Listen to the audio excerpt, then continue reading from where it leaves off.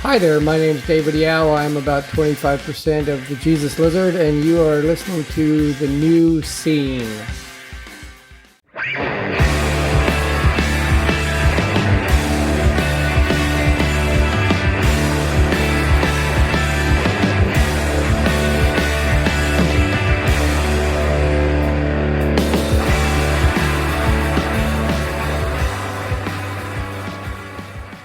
Hello, everybody, and welcome to The New Scene.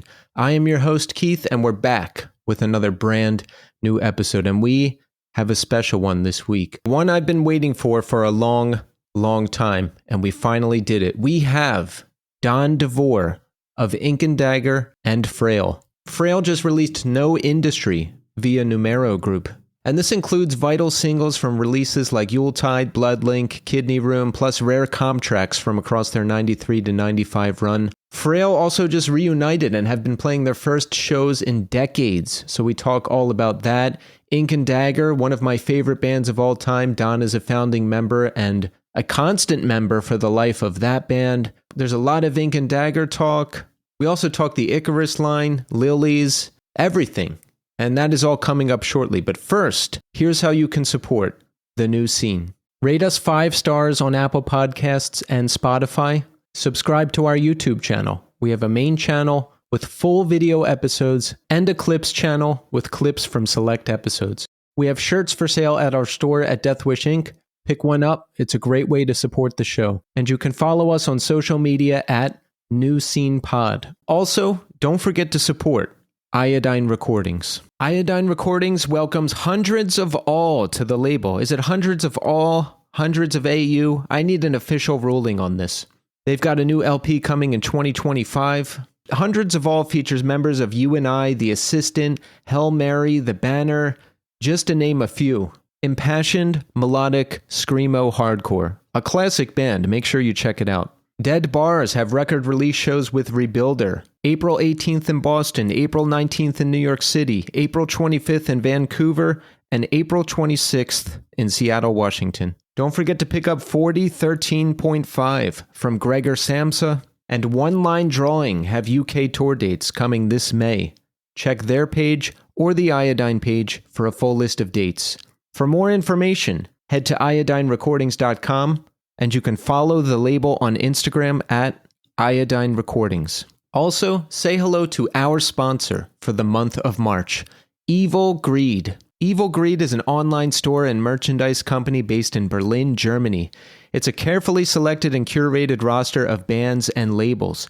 Evil Greed is the online marketplace for bands and labels to sell their merch, and for us to buy that merch. They have stores for all of our favorite bands: Drain, Incendiary, Power Trip, Scowl, Knocked Loose, Military Gun, and all of the biggest labels: Triple B, Closed Casket Activities, Flat Spot Records, and of course, Iodine Recordings. They offer fair, fast, and cheap worldwide shipping, especially to the USA. Check out the full line of merchandise at evilgreed.net and follow them on Instagram at evil_greed. All right, so check back in with me. In segment 3, we'll do a wrap-up of the conversation with Don.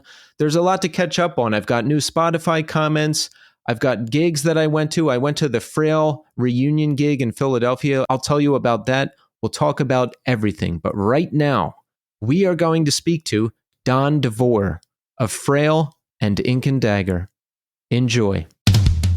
All right, we are here now with Don Devore. Don, welcome to the show. Thank you for having me, Keith. Appreciate it. Yes, Don, it's great to have you here. You know, you've done a lot in your time. Frail, Ink Dagger, the Icarus Line, producer, engineer, all kinds of stuff. And Frail has some reunion gigs coming up, which myself and a lot of people out there are excited about. But first, Don, I want to ask you, how are you doing today? I'm doing well. Like you said, a lot going on. I'm prepping for these Frail shows. I'm in Los Angeles now. They're all coming out from Philly next week to finish our sort of preparation. But I've been excited about that. So I'm pretty much kind of beelined on that. I pretty much rewrote all of my guitar parts from my sort of 17, 18-year-old self.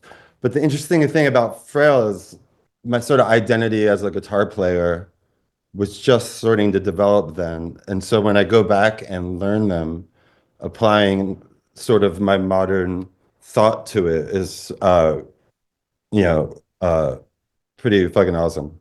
I never thought that it's like a place I would get to go with it, like sort of the modern interpretation, which is basically like way heavier, way you know, Neil Young in his book Thingy talks about playing guitar. No, what's it called? Shaky. Um, he says he didn't feel comfortable until he was about 58 on guitar. And I always resonated with that because, he was always growing. And so be able to reinterpret them and send them back in a live setting is going to be fascinating for me, basically. So a lot of thought about that. Some other things going on in life that have been not without tribulation. Um, Tons of new things. It's a big, exciting year, and it feels like the top of it. So something like that. How about you, Keith? I'm doing great. Everything is going great lately. My EP, some of which you've heard, is going to be announced Which is Friday. awesome. Yeah, Yeah, I was actually jamming with it today. you were.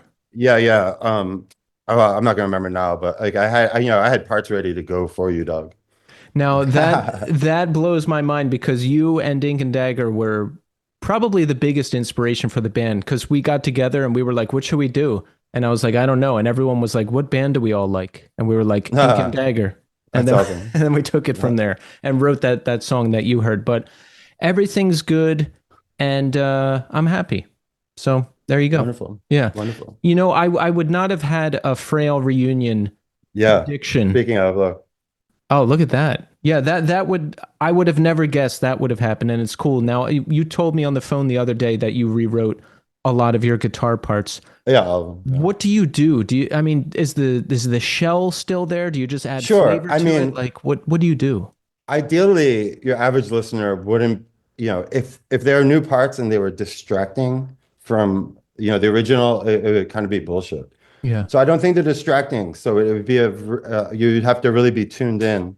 And then some sort of strange melodies that have, always resonated. The Numero Group release from this year, the remaster is, they're like, how mastering goes. It's like the never-ending battle. I was just working on that on a different project earlier. But the Frail remasters are like wonderful. And that sort of inspired a bit of, it's bringing out sort of like the Greg Ginn psychedelic, sun rawness or something. It just feels kind of liberating to play in the modern format. Those tunes, they shouldn't be distractingly new, is what but I've always been that way though. I always felt like songs aren't placed in stone because there was a recording at a certain point. They're ever evolving if they're really close to you. And I've never not been a totally passionate working musician. So the idea of letting them sit without any development is almost weird to me. I'm kind of notorious for changing everything all the time. If it's distracting, it's weird. If it's cool, like you won't notice, it'll just sound dope. Um, and yeah, I'm looking forward to bring in the fucking pain with it though. It's very, we tried to a year or two after we broke up when we were kids, we actually got together once and it would, at that point it already would have been a reunion, but we jammed once and it was like not time.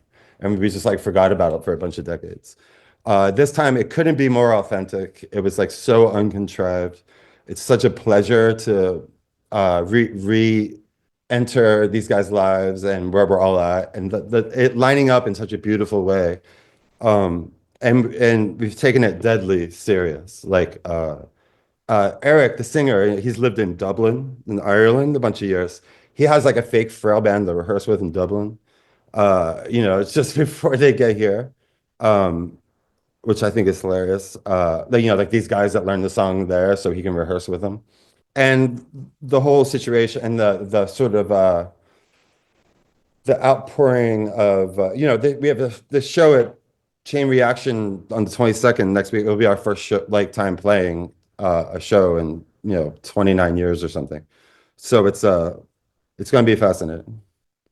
Wow. Yeah. How did it come about? How did you guys Well, I decide to think it do was this? it was basically spurred from when Numero Group hit us up. They wanted to sort of get involved in some way. They didn't know if they wanted to press vinyl. They didn't know what, but the idea was let's digitally like test the waters or whatever. So we did that. The response was maybe like 50-fold over what they were anticipating. So then we did the vinyl. That sold out in, I believe, a couple hours or something. Eventually, there'll be more, hopefully. And it just, because of that typical scenario, I've had seen other ex-bandmates involved in. It kind of made, we had to talk about creative issues and things going on. Numero Group did a really wonderful job in the booklet where we were all interviewed over months, it felt like. And it was an excuse for us to sort of see what's up. And everyone's in this perfect, sort of place for it. Everybody is, no one ever stopped being like a musician despite other things going on in life. Like, pretty consistently. And it just sort of made sense. And then, so we booked the show at the Unitarian Church in Philly, which is actually, you know, I was one of the first people. I used to live around the corner from it, and I booked like 20 or 30 shows there. Um, I think, and the last time Frail played there was with Carp, I think, and there was like maybe 50 or 60 people or something. So the energy just seems so right, and then the friendships, the growth that's happened, being able to sort of come, it just seemed very authentic and without any sort of pretense of something else, and cathartic. And like I really need to play these songs at this point after the amount of work that's been put in, things going on personally. I'm ready to just teach like a fucking class. I love that. Yeah. How do you feel playing these songs again after all this time? Because think about it. Last time you did, well, in any regular capacity, you were a No, straight ever. edge kid in high school. Yeah, well, I'm still a straight edge kid in high school in my sort of spirit of things, and regardless of my personal life in any way, I've always, even my life as involved with straight edge when I was a kid, even then was like the outer, it was a particular sect of straight edge that was very different and that we were like constantly trying to develop through our different means. I have a soul side tattoo. We were like 100% more like Positive Force DC than Youth of Today or something. Um, so I think, like I was saying before, what it feels now is it's inspiring to review my early sort of writings and adapt them to the modern format. Is, you know, it would be like being a writer and doing an adaptation on your book that you put out when you were in high school, and then you're in your 40s, like you would you'd be like, oh my God, I get another chance to like re-edit this in a way. Um, that's one side of it. And then there's a whole nother side of it where this isn't just a band playing music. It's incredibly connected to the message, to our, my band after, of course, Ink and Dagger was, Sean and I were heavily influenced by what Frail was doing. Even, Sean would be with us. He would like go to DC with us to play. And a lot of the sort of the work around the uh, sort of vampire metaphor comes out of like make your own noise, comes out of all these sort of self-prophecies when you take control of yourself. It's a positive force. It's a positive manipulating factor as long as you work it in. Like Frail sort of started that in a big way. And nothing could be more authentic though. There's no I think everyone feels like it's as much as a therapeutic, cathartic thing, as much as, of course, it's wonderful and beautiful thing to be able to play music and anybody comes or is interested. But when you can rewind like close to 30 years and I don't know, we're singing about really important topics that are still topics. Uh, if we were the four layers of it, it never felt that way to us. You know, we were really on our own trip, just going for it. And you know, the music has the soul of free jazz as much as the Cro-Mags to me, or let alone everything in between. You know, it feels sort of open and free to me in a way.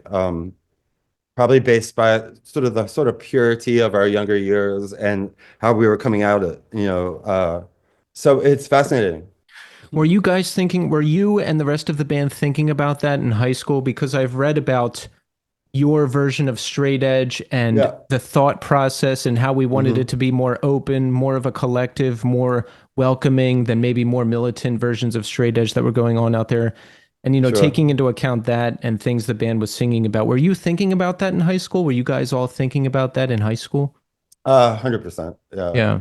Like you're like kind of like what we would have considered more the hardcore, more like sexist or homophobic tendencies, uh, you know, was like basically embarrassing to us. It wasn't like uh I remember I went to see the Cro-Mags once at Wetlands. So we like, drove off from Philly, and I wore glasses at the time. And I was with my friend John Dudek, who did Very Distribution, who unfortunately passed away. But and I was in the bathroom at the Wetlands, coming downstairs, and I turned around. He's like, "Here, meet my friend Rick." And it was this guy, what's it, Rick to life or whatever, Rick to life. Yeah. And some girl from Philly, he just broke up with her. Anyway, he just instantly punches me in the glasses and broke my glasses. So that was like a pretty normal type of indicator at like, you know, the Wetlands Cro-Mag show. I, that whole world felt more adjacent than anything else. You know, we're playing in you know, just full scale co-op basement bedroom with people with this real heavy community vibe, you know, heavy. We had this organization called Earthwell we started for a while. I mean, we were straight up, you know, having, you know, big meetings and plotting our agenda for like everything we were talking about, what we were going to do about it. You know, it wasn't like, you know, just flag waving. You know, we were like showing up. Uh, I used to volunteer at the Wooden Shoe when I was like 17 and 18 in Philly, the first anarchist bookstore. I was a member of the Industrial Workers of the World, card carrying. I'd go to meetings, you know, very involved, which was, you know, very our side of like growing up and immediately getting into more like sort of abolition uh, related styles and whatnot, you know, pretty quickly. Uh, and it just seemed more meaningful to us. And the expression seemed more authentic and most importantly, empowering. And you know, it's easy to talk about things and sing about things and getting stabbed in the back or whatever it may be.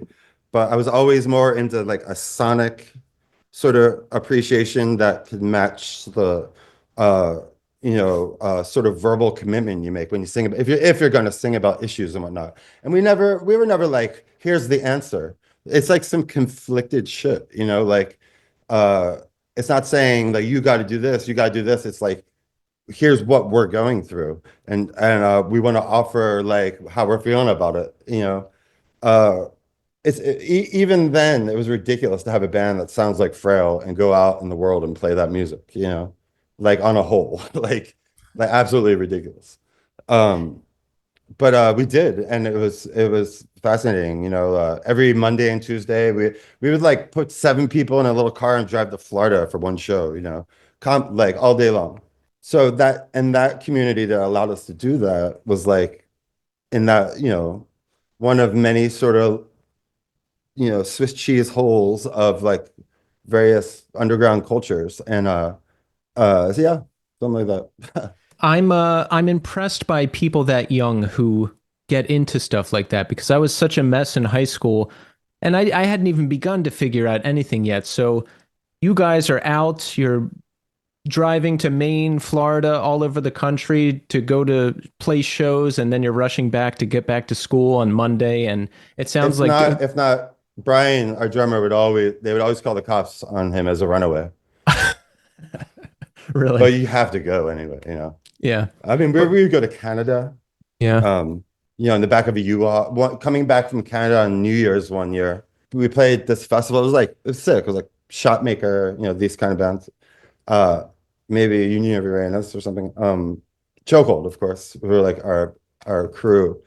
But the van was so fucked up. One person had to put a glove on and reach into the engine, lay on the floor and accelerate. And then someone up top would drive while the brakes were like kind of both people's option for like 10 hours in negative weather. It was, we would just get there somehow. It's incredible, really. Yeah, I read that story about reaching in the van to control the throttle. That sounds very scary. Oh my God. We would just get stuck places for days on end and just like be a part of like some little town in Wisconsin for a couple of days. We really just like if you saw this van that we went out into the world in, it's fascinating. But doors would just fall off. But I'd probably do it again today. Yeah. If the energy's right, so much of that and those early tours and what we did with that is still reflected in my everyday life so much. That has a major part of doing these Frail shows is which feels more, really authentic. At the beginning of last year, the reissues were starting to be talked about. It was like, I didn't, really took this sort of like energy of coming back together and communicating and, nothing, some things don't fucking change, like every lesson I learned from then, I booked my first European tour, with a dialer from a payphone in Philly, it's those lessons, I never would have had that spirit without those lessons. And uh, through my everyday life now, I'm a passionate artisanal gold miner in the desert, and it goes straight through into that, everything I do. Yeah, I wanted to ask you about that. I've seen your Instagram and I was like, is he panning for gold now? Is that what you're doing? Well, that's one way. Before the pandemic, or like 5 or 6 years ago, my partner at the time and I we bought a gold mine basically. And it's very involved.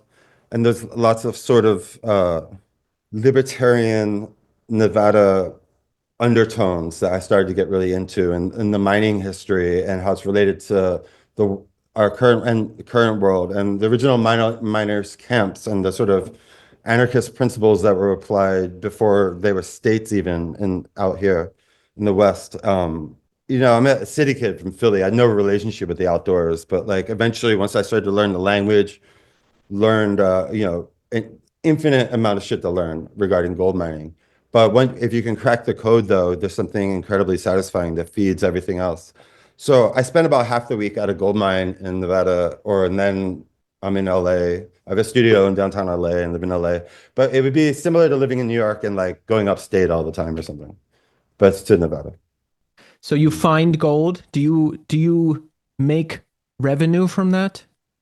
Um, it's funny, all the like old timers when I got into it, every time, it's such a reasonable question. But it's more about looking for it, like straight up. It's so wild. So like we don't really talk about like the actual gold and money and shit like that. It's uh it's it's it's not just like working for a big gold mining company and you're going doing your shift. I'm on some like spiritual quest. Uh the first year I was doing it, I had this big thing of gold. Searchlight, Nevada is where our 20-acre claim was. Um, I brought it to LA with me. I'm like, oh man, this is easy. Downtown LA, you can still go to like an assayer's office where they would take in, they chemically break it up and give you a report exactly what's in it, an assay. Um, I did that and they were like, yeah, there's not even a tiny piece of gold in here. I was like, oh, like a year of like busting my ass. It's really hard. A couple months later, I'm out there. I definitely found gold, cried my eyes out in the desert. Look at my watch. It's like 4 o'clock, getting dark. I'm sad it's getting dark. This is someone that, no relationship with the outdoors. When you learn the language, everything starts opening up and presents itself to you. And from like I have like a library of old books, library annexes, weird towns in the desert, maps. That shit's still all real as far as your way to find. And then Nevada's incredible. 86% of the land is Bureau of Land Management, or BLM. So as an American, I 100% still have the right to just have discovery of a mineral and stake it. And then for the price of the paperwork, you own the mineral rights to that. That's like why we're all on the West Coast. So it's, which is called a claim. So, Nevada produces more gold than all the other states combined. Nevada competes with just China. So it'd be like being in the tennis and 80% of a state, 86% of the state is like a tennis court, Uh, it's it's uh it's a whole culture. You know, I sort of have like a mentor, old guy with a gray beard. But the technology involved and the skill and the patience and the determination is very involved in not only the spirit there, but I think American spirit. And it's very related to punk rock related things too. If I was working on a dissertation, it would be the relationship between mining and hardcore and punk. And if we had more like 12 hours, I could get into that. But I like the way you describe it. I can see how it all ties together, and I like that. It's about the search because yeah, as I get older, living in the city, living in Brooklyn, and just sitting in front of computers all day isn't enough. I'm starting to think about other things besides that. There needs yeah, to I be. was in Greenpoint for 11 years. Yeah, I'm in Williamsburg, just south. Yeah, So yeah, right next. Where and where? Or you don't have to tell everyone, I guess. I'll edit this part out. Well, William, by the L. Lorimer stop. Where did you grow up? So Philadelphia, but so like Chestnut Hill, Germantown area. Okay. My mom had an Italian specialty food shop in the Chestnut Hill Farmers Market. I was born in Jenkintown. Lived there till I was 12. We had this like 5-bedroom Victorian house that actually burnt down. Yeah. Then we moved just closer towards town, Chestnut Hill. And so basically the other end of Fairmount Park, like I ride my BMX, enter the park, and like 45 minutes later, it would be like art museum, so out that way.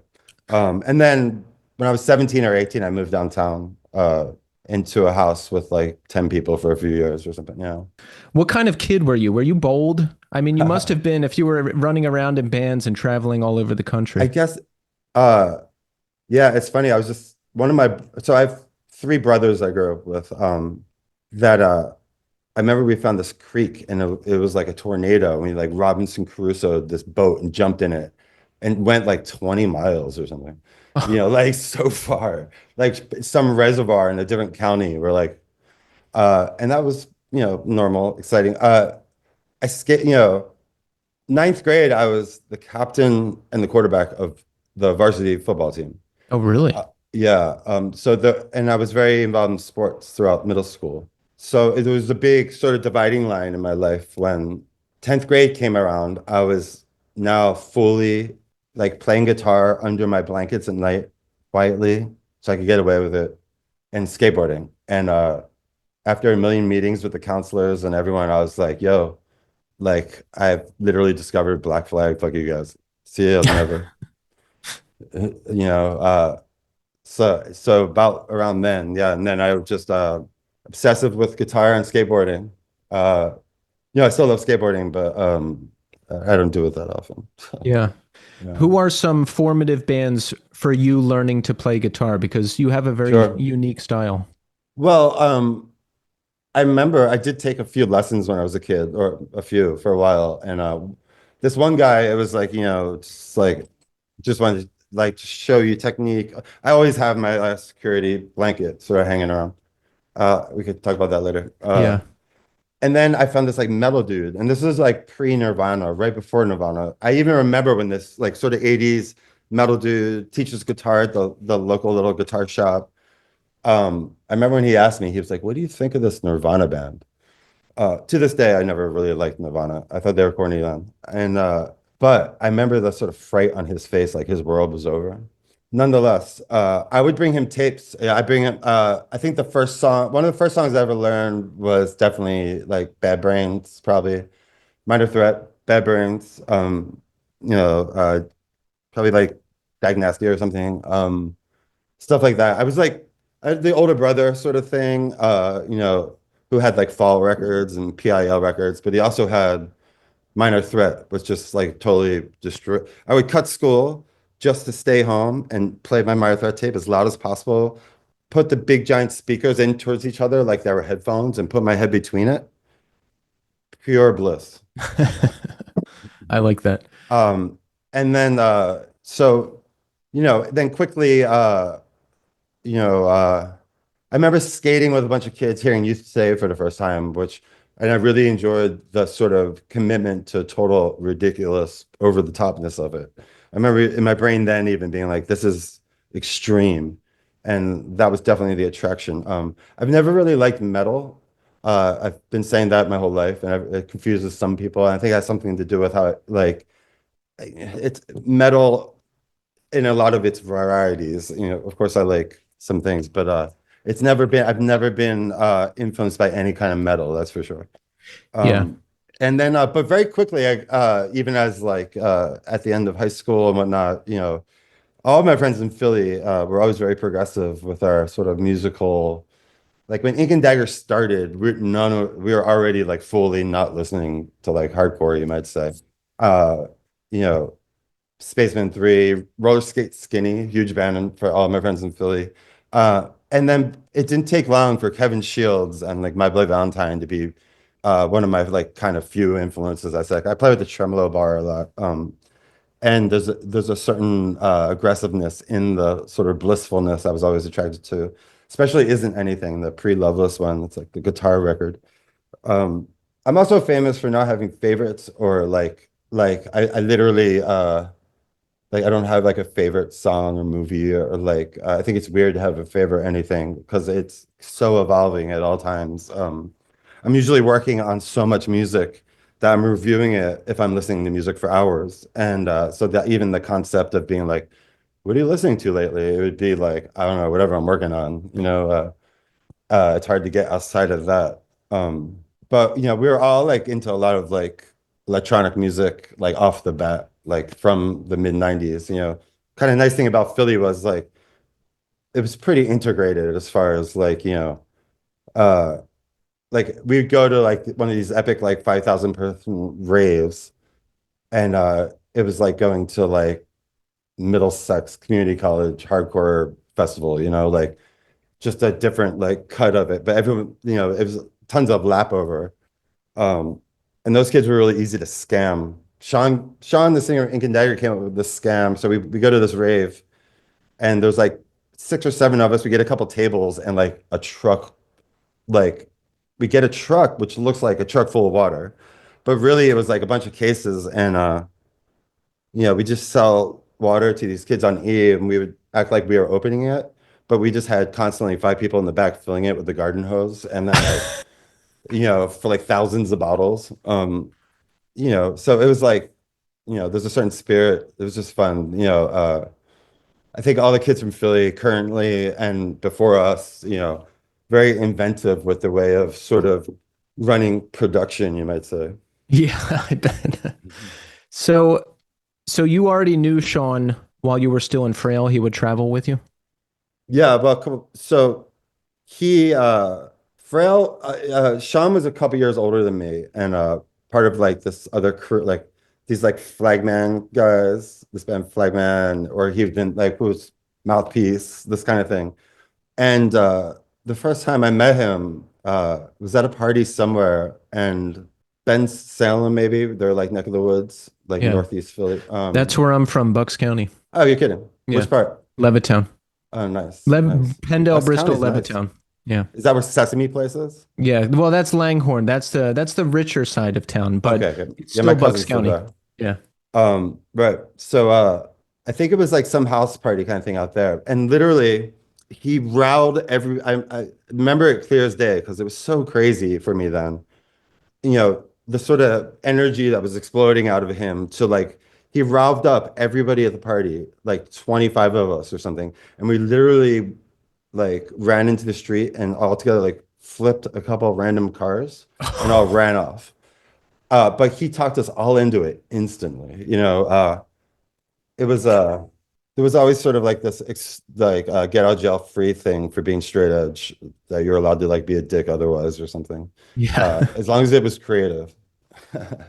So how does Frail end? I've read some stories. High school ends, we get older, we're starting to go in different directions in life. What was it like? What happened?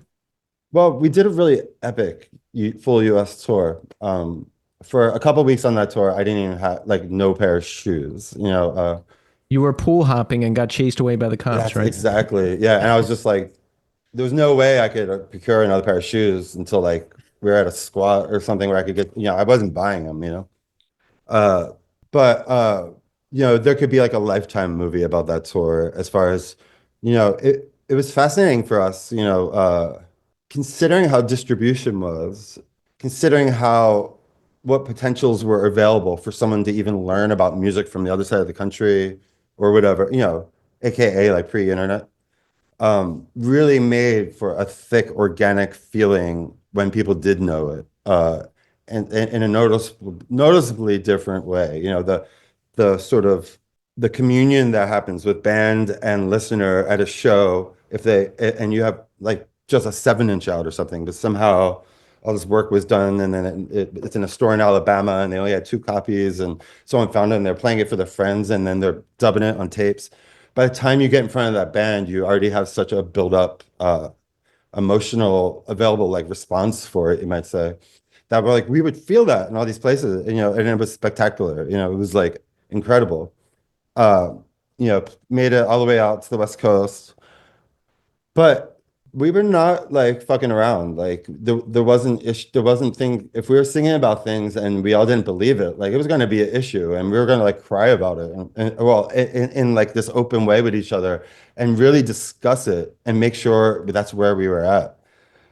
So upon returning from that, I think it taught us all to really like uh, be sort of inverted with our introspection of where we were really at.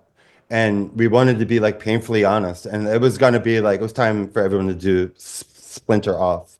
Sean would go with us everywhere, like towards the end of Frail. The Frail's message, and as far as like the make your own noise, which is really self-preservation, which is really like um, self-determination, which is really like our vampire metaphor, the Philadelphia Society future vampires uh, degree, you might say, really started then, and then Sean and I were like best friends. So I was just like, I started a band during Frail, Mandela Strikeforce, just to like have Sean in a band, basically.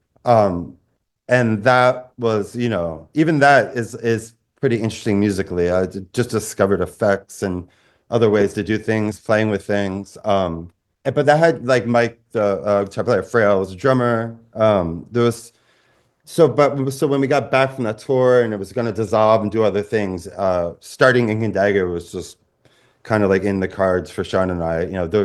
We had already done the sort of like legwork of every last thing about the band was like sort of discussed at length in a intellectually stimulating way for us before the first song was recorded.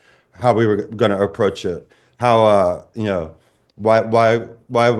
who stole the show from rock and roll? Like, where the fuck is Sid Vicious? Oh, why is everything so like, especially when we were coming creatively from all sorts of worlds, it seemed extra ridiculous that the sort of homogenized like hardcore zone for it to be like, it's like people were really actually afraid to express themselves like truly, it was still a lot of it was caught even in our like microcosm was caught up in these things that we actively like were thought were ridiculous. Um, anyone who ever thought our metaphor was like us, like these guys think they're vampires. If they really thought that, we would just let them think it because it's so ridiculous. It's like people that never read a book or something. And having that sort of delivery visually. Setting up situations at a show with a couple hundred people where like 30 of them are secretly behind everyone and are gonna like ruin all their clothes right before we start. If we did that earlier, we would get the shit beat out of us. But if it's when we're playing, we're sort of protected up there. Really walking that sort of line, and you know, just sort of developed out of that. Yeah. Uh, Yeah, yeah, I was curious about how it all came together, and it sounds like you guys really sat down and planned every aspect of it, just like you said. yeah, I mean, I have some notebooks of Sean's that are full. It would be like, you know, uh, Yeah, it'd be like Shadow Talker, and then like a 4-page essay on Shadow Talker, like small print every page. You know, again, it was authentic, and like anyone that knew him personally or us personally, like pushing the people around us, you know, uh, if it was like sexual freedom, intellectual freedom, all of these releases from all of these things is what Philadelphia Society of Future Vampires is. Uh, and presented in a way where we can kind of like method actor out for a minute and get into this zone. You know, a delivery. You know, it's art. It, so many times things that walk a really tight line, and if they were to fall off one way or the other, it would just like be horrible. But it's right in that place, and that's the hard place to. That's the place, and really trying to push things differently and upset things in a way where I don't know. Nobody, everyone always sort of gets up about. I was standing next to Sean when he like threw the yoga at Earth Crisis. That was like a no-brainer. You know what I mean? It was barely even disrespectful, if you ask me. It was more like, come on. Uh, but even in that world, it's like the end of the fucking world that someone like had fun with somebody. It's yeah, I'll stop that there. I think that's why the band resonated with me so much because it really did and still does stand apart from everything that was happening at the time, both musically and philosophically. I mean, when you Mm. hear Sean talk in those live videos, the things Yeah, he's yeah. saying are just so compelling and intelligent. And Philly at that time, I got into this music in '98 and it was a shit show. There was a lot of Yeah. violence. There was a lot of bad stuff going down at shows. There was a lot of tough guy bullshit. Us in the suburbs, we were listening to like a lot of crossover metal stuff and all kinds of different stuff. But it was like city versus suburbs. Everyone in the city was like, no, that's not real hardcore. We listen to these bands and these are real hardcore. And it would be like 10 guys on one at a show. And Yeah. it was bad. It was We had bad. a couple So shows that like right before we were about to start, like someone would hit someone in the head with a bottle and the show would get fucked up. You're like, motherfucker, I just lit 100 candles. You know what I mean? yeah. Did you I'm surprised, all the stories you hear about yogurt throwing at Earth Crisis and ruining people's clothes with fake blood and all the antics associated with old Ink and Dagger shows. Did you ever get like severely beaten up or chased or threatened? Well, How much we would trouble always did you set it get up in? in a way where that couldn't like a lot of it, like we would talk about timing. Was timing is everything. Music, comedy, life, all forms of life. Um, as soon as the explosion of us sort of, and then we come in, we're basically safe from all things. There's too much sort of extra energy bouncing around the room. So if before our first note, the entire crowd gets covered with fake blood or something, uh, since we've started, there's too much going on for it to be a real issue. We're almost oddly protected once we start. There's a lot of, and then, Sean was incredibly unique with his ability to manifest and sort of positively manipulate a situation. And he was 100% fearless. And when he's talking about those things, there's not an ounce of him that doesn't fully mean it. I was witness to magical things he would get away with. That, any other person, if it was like a 9-foot door guy or a police officer, someone from some band that wanted to fight him or something. Uh, no one ever won, not once. And it was the technique involved. It was literally a force involved. And a lot of it had to do with his confidence and his sort of like general understanding of people, which again, that was all put into Ink and Dagger, like that we're trying to manifest that. Musically, like I would slave over those arrangements and in really subtle ways. I would try to write parts for the people specific to who they are, not what the song is. Um, uh, it was the first time musically digging in a way where there was no other option. It was fully immersive. and you know, it also happened to be like really engaging and fun, and you know, our shows were always really crowded, and but we still did weird shit. You know, our first real tour was like all of Canada, and even like little towns. It was just fascinating. Uh, you know, we continue, and we never didn't try to sort of take the less easy road or push it in some weird ways. Uh, one of these years, everyone will eventually understand our last album. Um, it's yeah, something like that. It's a work of art, and I want to get to that, but there's plenty more to cover first. Yeah, you guys were doing things that nobody was doing in hardcore with the strobe lights, and I mean all the vampire related stuff, like with blood and coffins and all of that. Yes, and I understand the symbolism behind that. It's more like feeding on the energy of the crowd, right? It's a collective energy that we're all experiencing together. It's not Yes, about just and vampires. expressing yourself no matter what, Mandela Strikeforce had us, our one song, ends, revolt and fuck. It was basically like a song about self-expression. It doesn't matter if you're, sort of closeted, if you're a trans person, if you're from any background, no matter what, you know, uh, your self-expression is your power. It's like literally what your power is. I remember we did a show at the Philadelphia Jack Club where, like, I guess these gay dudes would get together and jack off together. And they had a warehouse on Walnut Street. And that's like where Mandela would play for like some sort of like uh, anti-homophobic fund or something. And it was as being anti-homophobic as much as being pro self-expression, whatever the fuck that is, and finding that place because that place is the authentic place. And I forgot your question. Me too, but that's Yeah. okay. Mhm. Where did you live? Where in Philly did you live? I'm curious about like did you hang out with the band? Did you hang out with Sean? What did you guys do? I'm like So curious we about all that. off the bat, I moved out of high school, 19th and Rodman, or no, 19th and Callow Hill, Yeah. right by this Whole Foods now, behind the free library, the big one on the Parkway. We had a house 314 for a couple years, which Ink Dagger rehearsed in the basement. We had like 10 people living there. A wild cast of people like Trey from Death Wish, Justin Mulder, Robbie Red Cheeks, Sean, me, uh, like a slew of other people. And we were there for a couple of years. We did shows there. Had his Heroes Gone played in our living room. We played in our living room.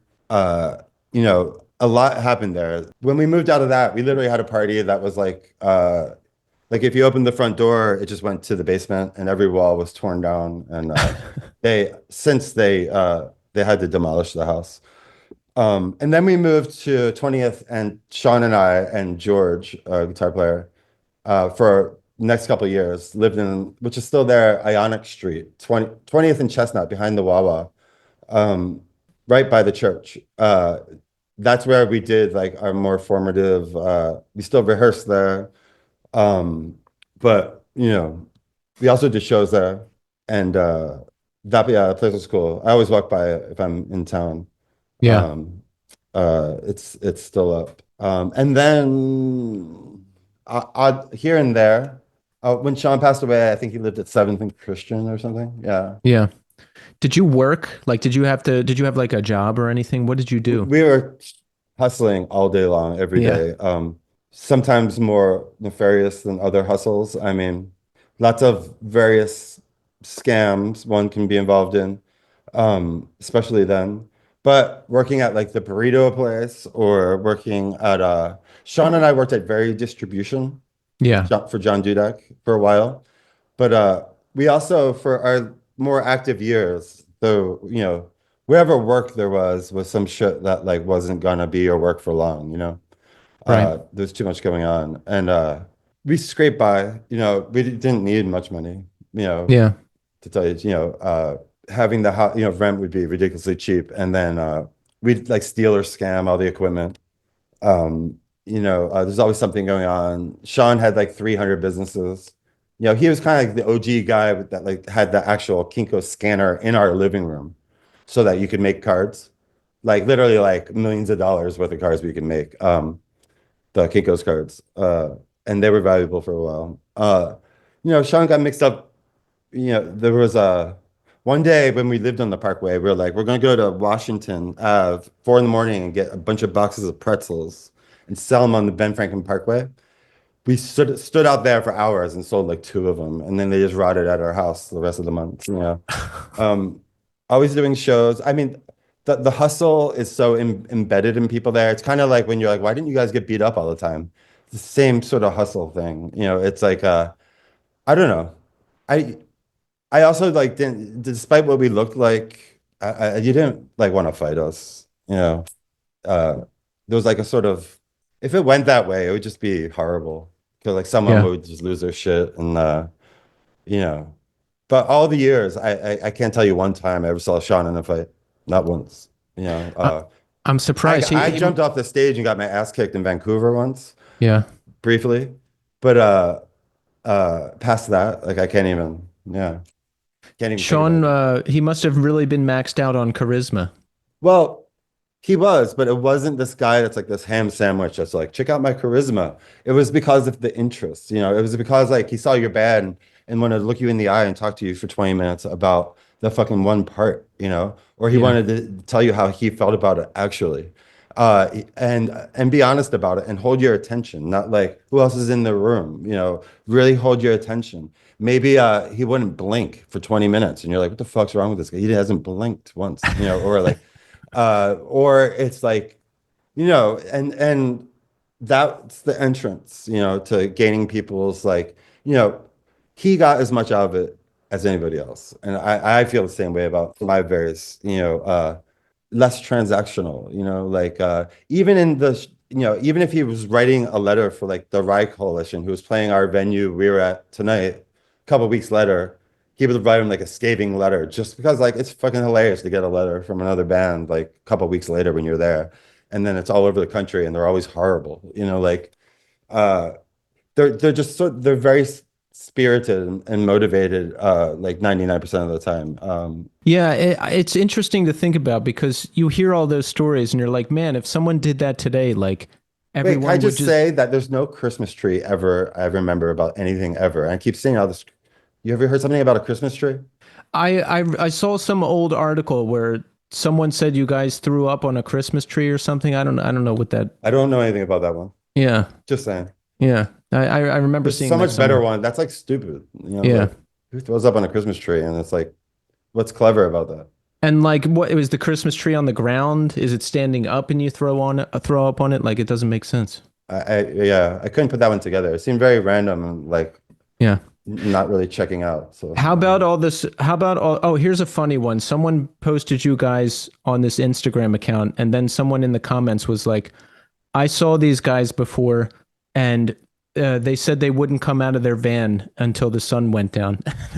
I And I mean that's laughed. I laughed at that. Did you ever do I that? wish that was true. I mean like literally like anyone who thought we were like vampires or something, Yeah. it's so ridiculous that we would just let them. The last thing we were going to do is be like, we're not, you really think we were, it's like, just let them think it. We didn't care enough, like, because it's so ridiculous.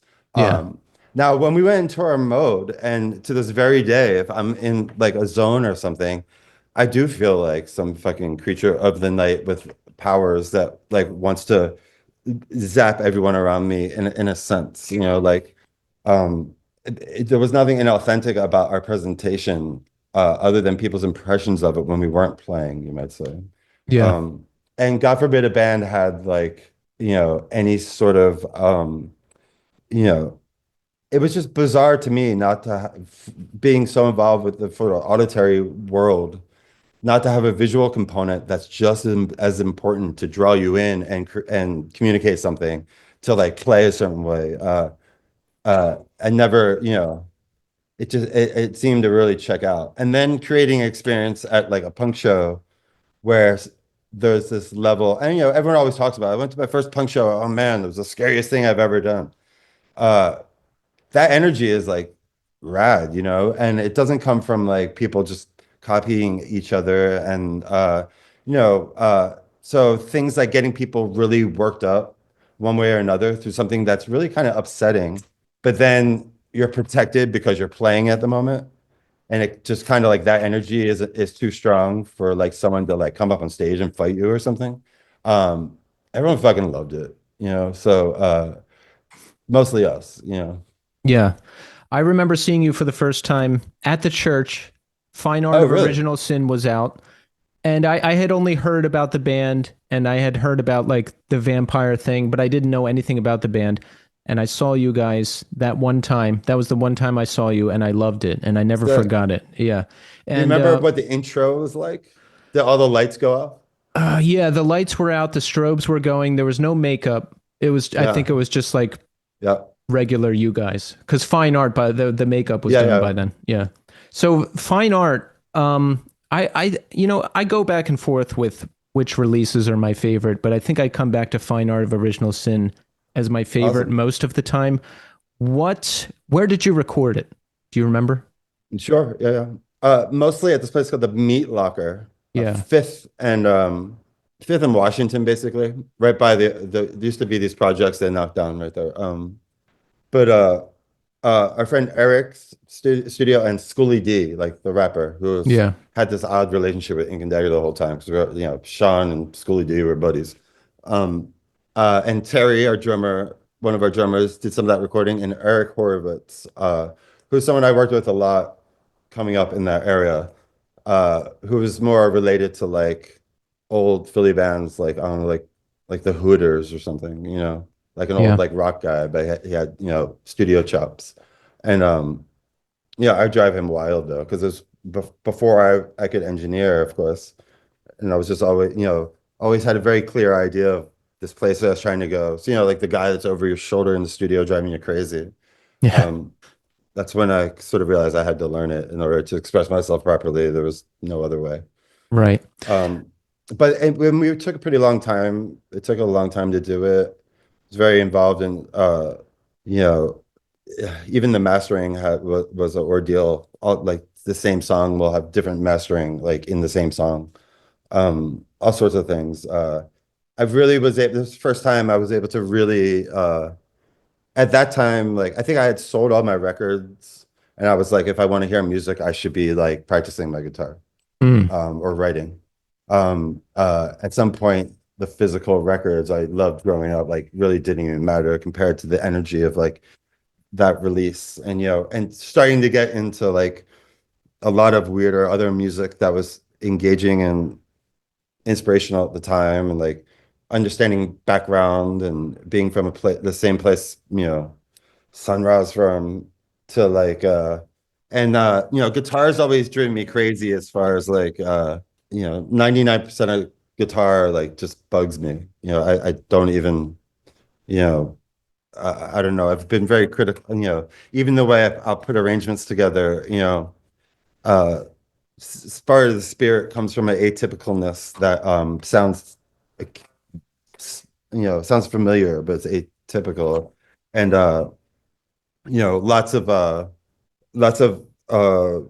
ethereal, sort of delayed out, lots of parts where you have to play like a second or two before or after yourself, and you got to judge that. Hopefully it sounds on time on the record, but uh, sort of like unison bass and guitar, like blissed out time delays that you got to play in front of or behind, and really because when you sync them in, it just if they're on, it's just straight psychedelic.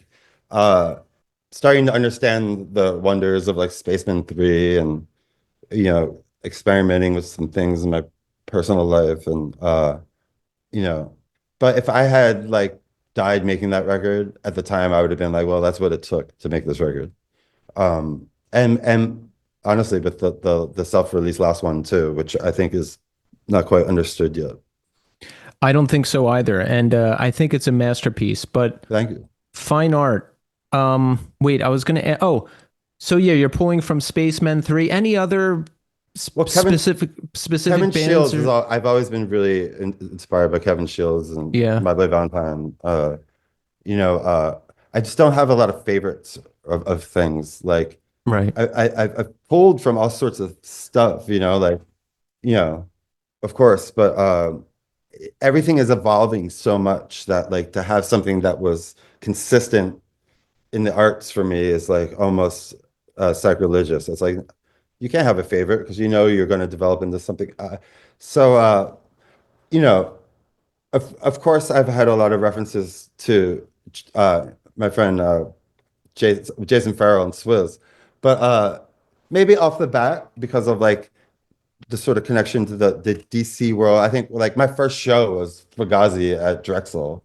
I think it was like Fugazi, Token Entry, and Nation Ulysses. Hmm. Skinheads were dancing with razors, and Ann did his whole thing. It was rad. Wow. Um, so the push, not coming from like some sort of like rectifier low distortion, but like from where the wrist has so much more to do with shit. Like you know, uh in the sort of like Brian Bakery something. But very early I was sort of very involved with like punk and hardcore, but inspired by outside sources, like quite a bit. Uh Long before Ink and Dagger started. Okay. Which really comes out in the Mandela Strikeforce stuff, I think. Yeah. And then into the first Ink and Dagger 7 inch, the crew involved, including like Dave Wagner, the drummer, like I wrote those songs like for him to play drums on, not for like someone to play drums on. Like like Lady Love and shit. Like I knew how he was going to be able to bring it that no one else would be able to. That's why I could do that riff, things like that. So really, really like trying to like, I was first getting into like various like out there jazz and compositional or like George Crumb and some like compositional shit or just really trying to expand it, expand outside of where I had even landed the day before, and Yeah. I kind of still feel that way. Yeah, that's interesting. Yeah, and the drumming on the first 7 inch, those first two 7 inches, Dave's drumming, it's very specific. It's very like there's just this Yeah. cadence that the beats have that Uh-huh. stick in my head, and when I hear them, I'm like, I love that. I need more of that. So that's Yeah, interesting to hear you say you wrote specifically for him. oh my gosh, of course. Yeah. I actually talked to him recently. I was saying something as such. Yeah. And then yeah, if you were to solo up those tracks on the drums, they're like fucking outrageous. They're Yeah. they're really, I know it's fun, like newspaper tragedies up the top. No one ever played that right after him, my next like five drummers or whatever. Um so the thought was there, and then and same with George on guitar, on the other guitar, and the house we lived in behind the library. George was from Arkansas, and he moved there in the snowstorm of '95. It was like 5 foot drifts or something. And Yeah. remember, because he showed up with this like used BMW and to Philly, and like we had all these tickets. We were like, just like drive it like above Spring Garden, park it, and forget about it. That was like just what you did like forever. I mean, like dump it. Uh, Yeah, I uh, remember when you could buy crack outside of Silk City. I mean, Fifth and Girard or whatever Yeah. that is. Spring Garden. But yeah, of course. Yeah. Yeah. Not anymore. Yeah. Yeah. Oh, it's too bad. How did it feel existing within the Philly hardcore scene and the hardcore punk scene in general? Sure. Because Ink and Dagger just really stood out. I mean, you guys were incorporating like drum and bass and electronic Oh, yeah. elements and all kinds of interesting stuff. Well, one of the things Sean and I in particular were always so stoked on was, if it was like street punk kids or like raver kids or like the various segments of hardcore, like everyone sort of was able to rally behind it because it wasn't specific. It wasn't just like uh by design it wasn't supposed to fit anywhere. It was Hmm. just us like trying our best to authentically do our thing. I think not having too heavy influences is what's really allowed that, like being into things, um like so where are we at again? What was that question? Existing within Philly Oh, right, hardcore right. and being just So I different. mean very early, like even before the Frail stuff, and I had a bunch of bands here and there, like real early. But the sort of like Cabbage Collective world I was definitely a part of. Like the Policy of Three guys and Bull who did shows. That's Cabbage Collective, 48th in Baltimore at the Calvary Church.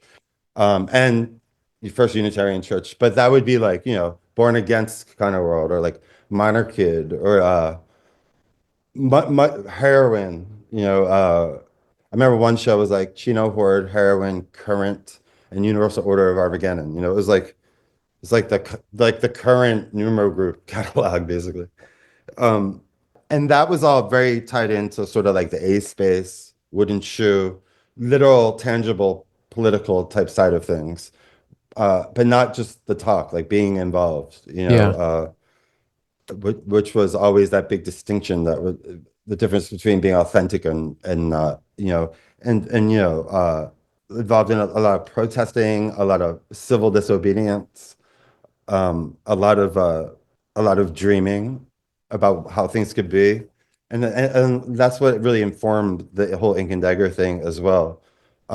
So I very early started doing shows, um, and I would book like all sorts of weird stuff, and stuff that I had no business being at the church, and like even today it might be weird. I remember I booked Lotus Crown, which is Kevin Shield from My Bloody Valentine's brother, Jimmy Shield's band from Chicago. Mm. But I was like, we're so like My Bloody Valentine was just like literally like our Zeppelin or something. And just because it was like, so his band was Lotus Crown. We're like a bar band, but they had a couple of like cool guitar parts I liked, that like reminiscent of his brother. And like I literally booked them a show at the church. And like maybe Philly was the only town where like 150 people would go see Lotus Crown. Um, Related to Roller Skate Skinny, which is another big band, huge band in our whole world that a lot of people don't know about at all, from Ireland. Very experimental, but heavy and weird, and great band, Roller Skate Skinny, Yeah, I remember Sean mentioning them. I for used sure. to I was like obsessed. I used to be like really obsessed with Ink and Dagger, and I would go back and read his posts Oh, on sick. old forums and shit. And I remember Oh, him yeah. mentioning that band. Yeah. Yeah. There was a spirit in it that like really connected with us. They have a record called Shoulder Voices. It's so dope. Like it may be the only record I would talk about being like criminally underrated or something. Um, Really just bold with the mixing, and the approach to the music was just bold for the time in our heads. It really resonated. Anything like, more psychedelic, to us, we were making like psychedelic hardcore basically. I mean, that's just what we called it, for Yeah, lack I of like anything that. else. That's a I good mean, description. literally, that was the thing. When you read all the tales and the stories and the articles, do you feel like it's overblown? I mean, how do you look back on that? Because it sounds like you existed in this cool Yeah. kamikaze of scams and making things work and making money and pressing buttons and pissing people off. But is it, how do you feel when you look back And on all that? working harder than everybody else, Yeah. straight up. Yeah. Like for a bunch of years there with the project, we lived and breathed it. We were all over the world Hmm. making that shit happen. Like it, no one handed us anything. It was like the determination mixed with, famously, I can be a little difficult at rehearsals on people, and you know, uh, someone, I felt like James Brown sometimes. Someone would miss like one note of 37,000 notes. I would literally go over and kick them in the ribs or something, because I literally, it would upset me. People would have to stay for detention after rehearsal if they're missing, but this is like what it takes, especially if you're going to get in, there's so many things. If I were to sit there and sort of do a you know, director's cut and talk over a record and all the little intricacies, especially on the last record, that actually are on there that no one would ever even know, that overall create this sort of thing. That was like the spice, like really super into pushing that. Playing, there was a bunch of times we played, unfortunately, like there was a typo negative on Halloween. Like somebody in Philly was like, "Oh, let's put Ink and Dagger on Halloween with typo negative." And we were like, somehow we're like, that's going to be an experience. But that was one of two or three times that as soon as I saw like a Seek Hell, there was no, and Sean and I, this happened in Switzerland and it happened in Belgium. The second I saw that shit, there was no chance of us performing our pre-written, like life's blood, like our literal, like what we had available to give the world. There was no way they could have it, and we would do like these fucked up noise sets, like and he would just like basically make fun of them through like a sermon. Um, but like like giving them the respect even of playing our songs, it wouldn't happen. So there was a few times, the whole crowd would sit down or something. We'd be like, all right, well, it's not going to be pretty. But you're crazy if you think we're going to play our songs while um, so even being like a hardcore band available for that, we thought we were like acting like Sun Ra or something, or some free jazz or something. I think like free jazz mixed with Spaceman 3 would have been like my ultimate at the time.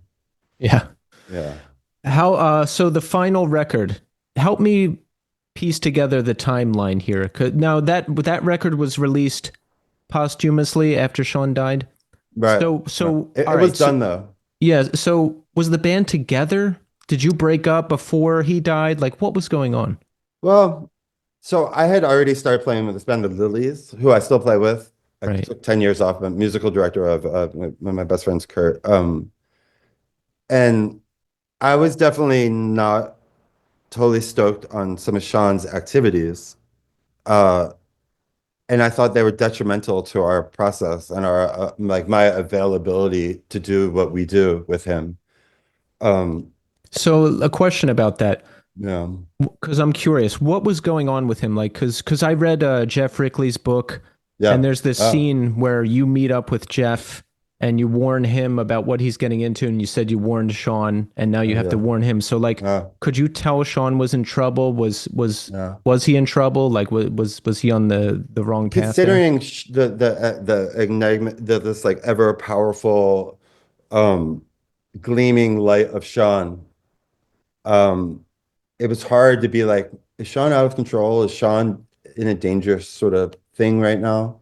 Because it was almost done before that even because maybe like 6 months before or something, kind of in protest, like, you know, I uh I moved to Sweden to jam with those Refuse guys for a couple months. Yeah. And that kind of like broke Sean's heart a little bit.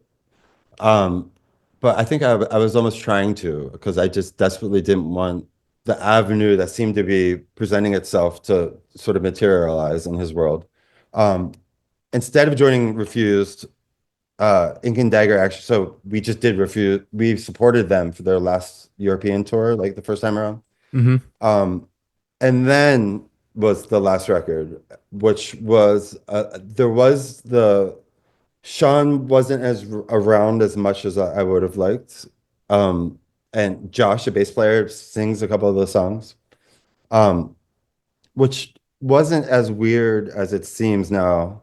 Like, oh, Josh better sing it because Sean's not here. It's like it's kind of something we would do anyway. I didn't Um, even know that. Wow. so Josh Brown, which is wild because he sounds like he's in Blur or something, uh, at the end of the day. There's a couple of duets where it's both of them. Um, there was a growing distance. I thought it would probably be passing, but there was some other things he got involved in that were kind of like Philly style sketchy, like not just sketchy, like scary sketchy, that have like real world implications. And then I did see him the second before he was driving to Indiana. Who the fuck knows why? Uh, he was always getting some odd job that was like not like an odd job. I'm gonna like help you out in your yard, like odd job, like you're like the instant CEO of a company or something.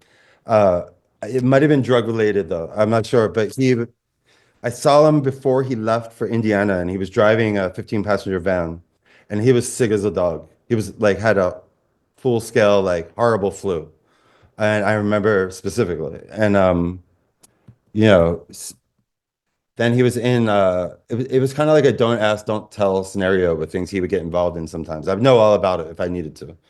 But he was up to something. And then, asphyxiated in a hotel room in Indiana, unfortunately. There is 0% sort of closure on that. And there's lots of theories and this and that.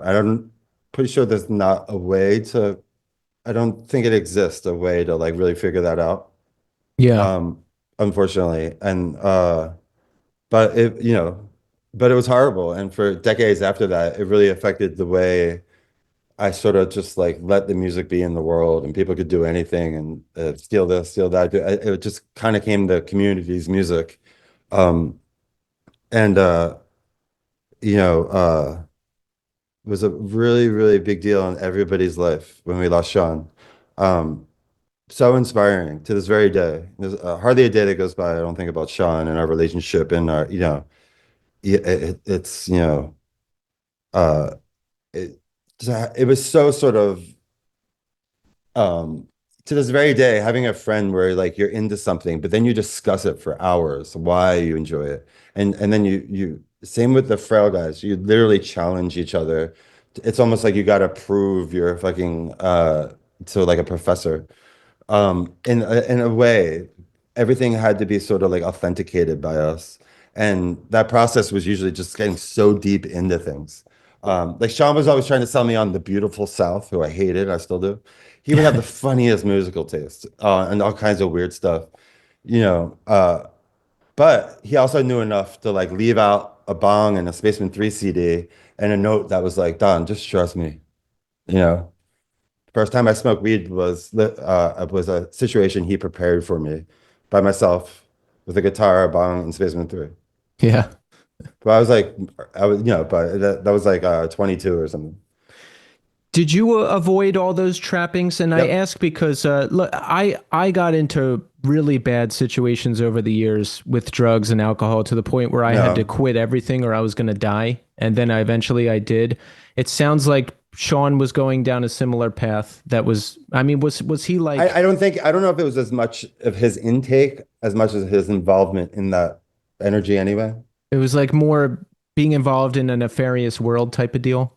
Yeah, but like pretty deep and Yeah. with characters far outside of any world anybody knows that did not fuck around. Okay. Yeah, and you I mentioned. think there was an incident a couple of weeks before he left Mhm. where I think someone broke into his apartment and pistol whipped him. Oh, really? Um, and I'd be lying if I didn't say that scenario isn't related in some way to the ultimate situation. I don't even. Yeah, It, because it it's always seemed odd that situation at the hotel because I'm like I've done every drug I've gotten drunk and it just I don't know it just always seemed odd and you mentioned like maybe there wasn't full closure so it's got to be a tough situation you know having that hanging out there for everybody for his yeah. family for you. Uh, yeah, I just concentrate on his spirit and I still talk to him in weird ways where I have some things coming up this year that are inspired by him and sort of like conscious conversations I can still run by him in a weird way from that we do with a lot of people that have been big influences in our life, if they're alive or not, in a sense. Yeah, reconnecting with some of like his brother lately, which has been really nice. Hmm. Brian, who was a great guy. Trying to, you know, uh, at the end of the day, he was incredibly positive. Like the overreaching arc of everything really was like positivity and self-expression. And even in our like we did our like crucial youth kind of band on point. Yeah. Uh, our like positive like having his sort of like appreciation for like posi youth as much as like Aphex Twin, uh, and being able to sort of like prove it through discussion and that and being super animated about things. Yeah, the Sean stories never end, and there's some that I would never tell anybody, and there's lots that will be revealed before long, that are they're never not more of an inspiration than like something goofy or look at this shitty thing someone did. There's some intellectual tinge hiding underneath of everything usually. And that's the part where it's like walking that tightrope between like stupid and pretty important. Um, and then some just like dumb shit that's so funny, like so funny. Oh my God. Like crying, laughing. So involved and like manicured and on the nose for like cultural moments and fucking funny. Oh my God. Yeah, when I had Pat Troxel on the show, he Oh told the yeah. story of him calling the two pizza places on the boardwalk Oh yeah, and he and stole like, both cheeses. yeah, Yeah. stealing the cheese. Yeah. But the rad part about that he was working towards is when he eventually got to call each end of the boardwalk and be like, "I stole your cheese, motherfucker." Like that was like the payoff. Uh uh yeah, it was but incredibly supportive. Like if you were like no matter if you were like just, he also did like 300 zines. Or if he liked a girl, he would just make her a private zine of like 35 pages, Wow. or whatever it may be. Everywhere we were in the world, and like, early internet, everywhere we were in the world, no matter what, he had people arranged he had never met before that were coming to sort of meet him, you might say. The Um, final Ink and Dagger record. Now, when I first heard it when I was like 18, and I was like, oh man, this doesn't sound like Changeling. It's not as good. But of course, with age and wisdom, I've realized it's a masterpiece. Thank And you. so yeah, with definitely some My Bloody Valentine influence on this one, right? We can't deny that. Sure, Yeah. sure. And getting really into the studio, really involved in the sort of sonicness in a different way and feeling more open. Like I think that there's the Face Dreamer, I think that is the last song we recorded. Yeah. That, on the record, there's an infinite groove on the end, which is like our last song we ever recorded. Like that record, if I sat there and did like a sort of production notes on it, it's wild. Like there's so many crazy from like one of the songs, all the lyrics are like an incredibly well-known poet we just stole. Yeah. That I no didn't one. realize that till later. And I Oh was like, yeah, oh, it's just the poem. That's amazing. And that yeah. kind of taught me like you can take Fuck something and whatever. just make it your own.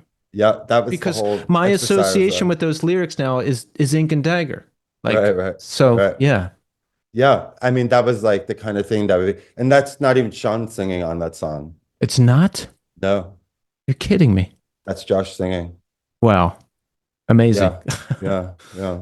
I had Um, no idea. yeah, yeah. He didn't touch that song at all. Wow. So what was Sean he just wasn't around a lot to record or did Well, I mean what was going on? it wasn't like he was incapacitated, not around, Yeah. as much as I was, to do any of this, to do all this, as you know, like you have to be incredibly driven, organized. Like I would get very frustrated with like some of Josh and Sean's antics. And like the last show we played in Philly was at Drexel. And like literally I'm like waiting for them to sound check on stage, just like huge show. I have all my effects and amps set up, and like none of the Josh bass shit's there.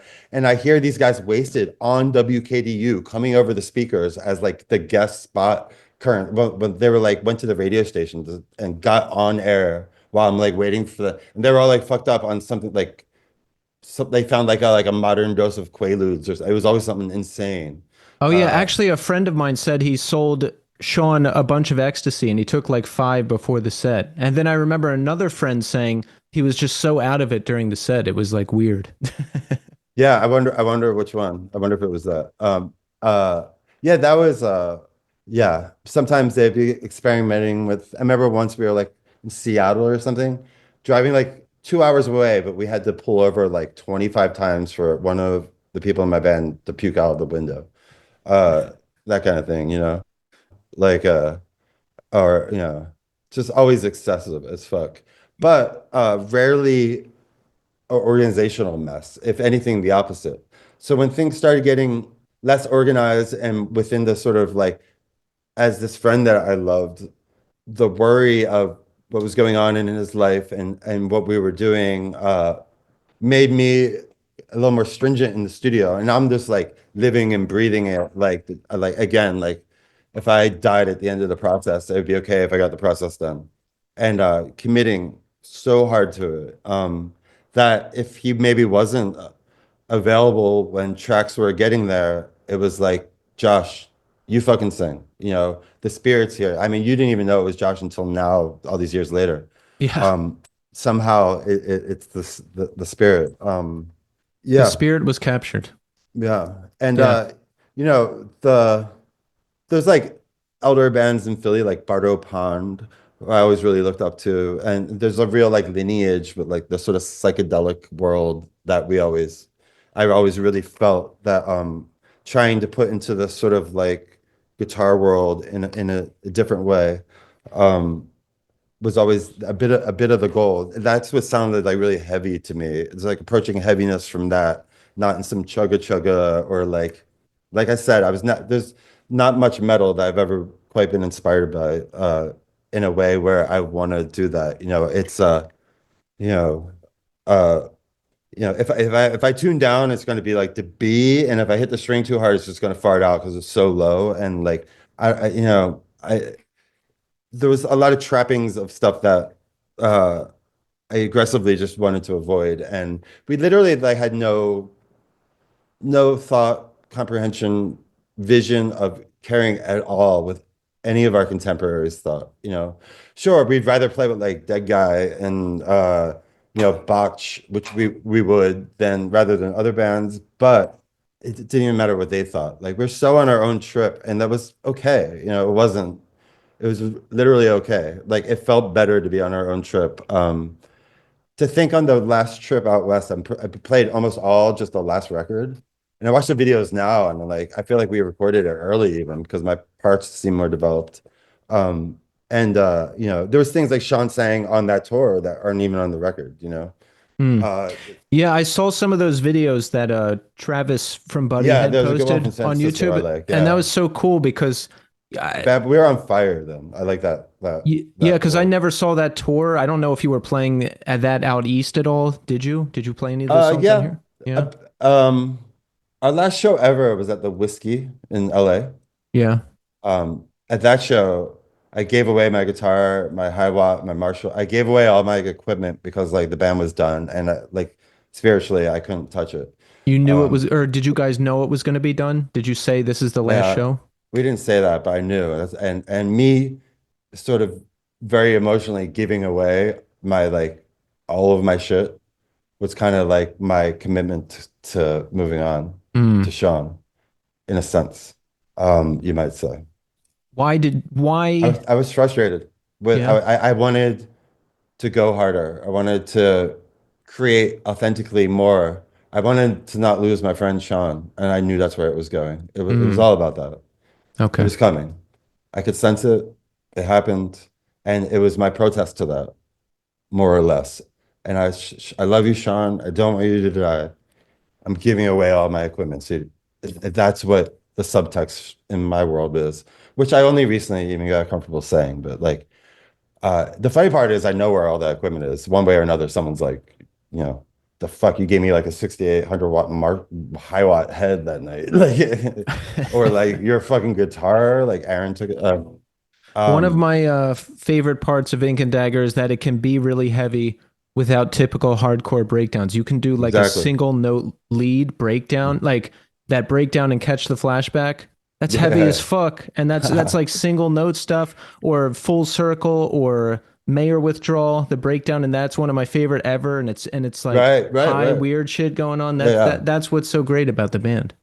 Yeah, and that's very, very, very, very conscious. It's like creating that heaviness without the tropes. That's the hard part. That's why. And that's a good example of like what I totally steer away from.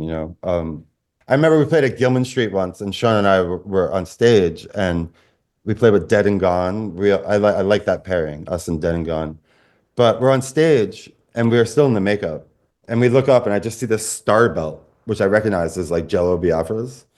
And he's like, God, and I look up and Sean and I are sitting on the stage and he's like grandfathering. It's Jello Biafra. And he's like, you guys are psychedelic hardcore, huh? What's up with the makeup? You want to be on my record label? That was like we were talking about doing a record on Alternative Tentacles after that show. But I always wondered why more people like don't associate or pick up on this like psychedelic hardcore thing. I always thought it would be like the thing people would recognize or something.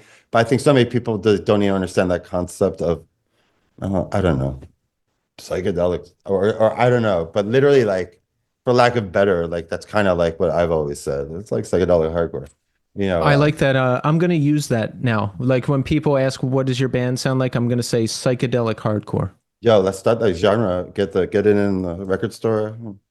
Yeah, we're gonna get our Spotify listing. It's gonna be I mean, nuts. if you're not shoegazy, but you're heavy, There but you you're still go. psychedelic, I don't know. Yeah. Like that's sort of first wave shoegaze stuff. We were heavily into though, for sure. Oh, it's the best. Yeah. Yeah, yeah, yeah. Um, so you ended up in the Icarus Line in 2003. How did you end up in LA? Did you move there for Yeah. that band or what was going Well, on? I moved there to help them make their Penance Soiree record. Yeah. So I had a lot of respect for them. Like I remember Joe, the singer, called me, and Ink Dagger was playing like Chicago, like urban, like Illinois somewhere, and like Minneapolis, and it was only like 3 or 4 shows, not like a tour. And Joe was like, "Can Icarus Line play?" I was like, "If you get there, I guess you could be on the show, sure." And they showed up with like a pickup truck with 3 of them and their equipment in the back of the pickup truck, and they drove from LA, to Chicago. Wow.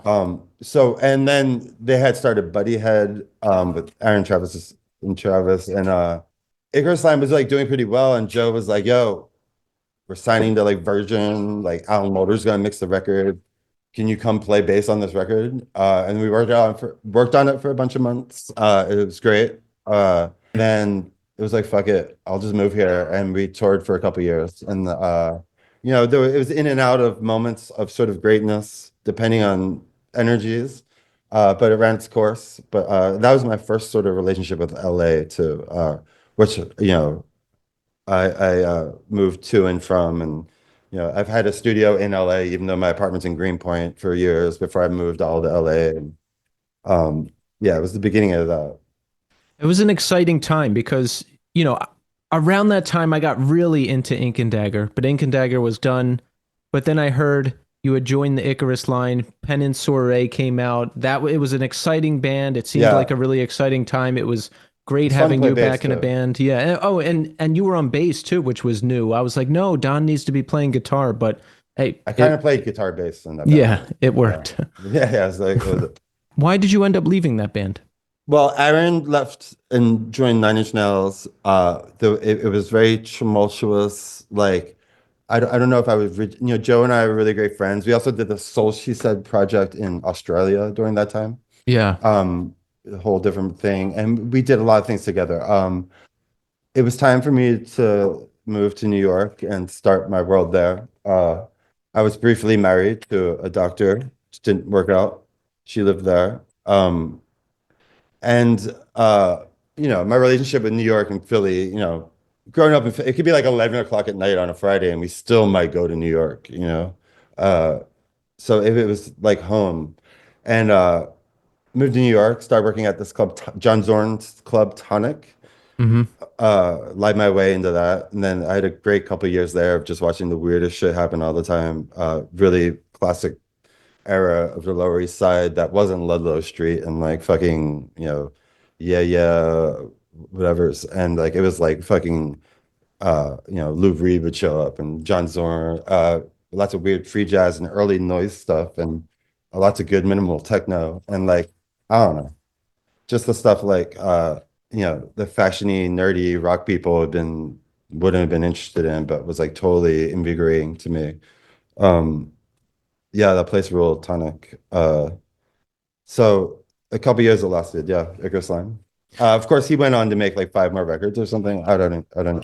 I kind of lost track most of that world, that crew Yeah. of people. And Lilies, how did you get Lily, involved with that? Because now well, I talk about Ink and Dagger and it comes up, and people know you from Lilies if they don't even know yeah, about hardcore or any of that yeah. world. Even the Photon Band, the Lily's record, which came out when I was in high school, is still one of my favorite records ever.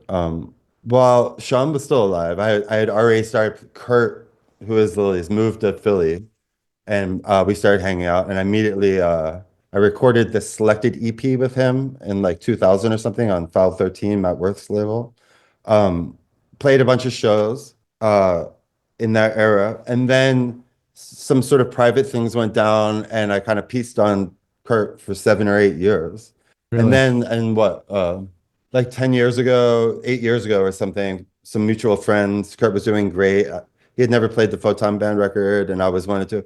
And I've redeveloped this. relationship with Kurt, who I love dearly. He's like the only person in the world I love playing guitars with. He fucking shreds, and I fucking shred, and we can play for like hours together. And if someone makes a mistake, we're just like off on the mistake, like it's a beautiful thing. So I started playing with him again under the pretense that I was music director, and I'll choose the songs, I'll choose all the people, we'll rehearse without you, and all of these things for certain reasons. But the important thing is not that he could trust me with that, and the results would be there, and I would get only the sickest players, and we would respectfully have these beautiful songs, represented. Um, and it's still that way with him. We did two nights, last New Year's at Johnny Brenda's, like New Year's and the night before. The actual New Year show was one of my favorite shows ever, probably. And we had like my friend Evan, who you met earlier, who's the guitar player in Sparks, Yeah. like those older gentlemen. Oh yeah, And they're legends. I saw their movie. Yeah. yeah. He's the last 10 years, he's been the director of that band. Oh wow. And he's helping me with some current projects real directly.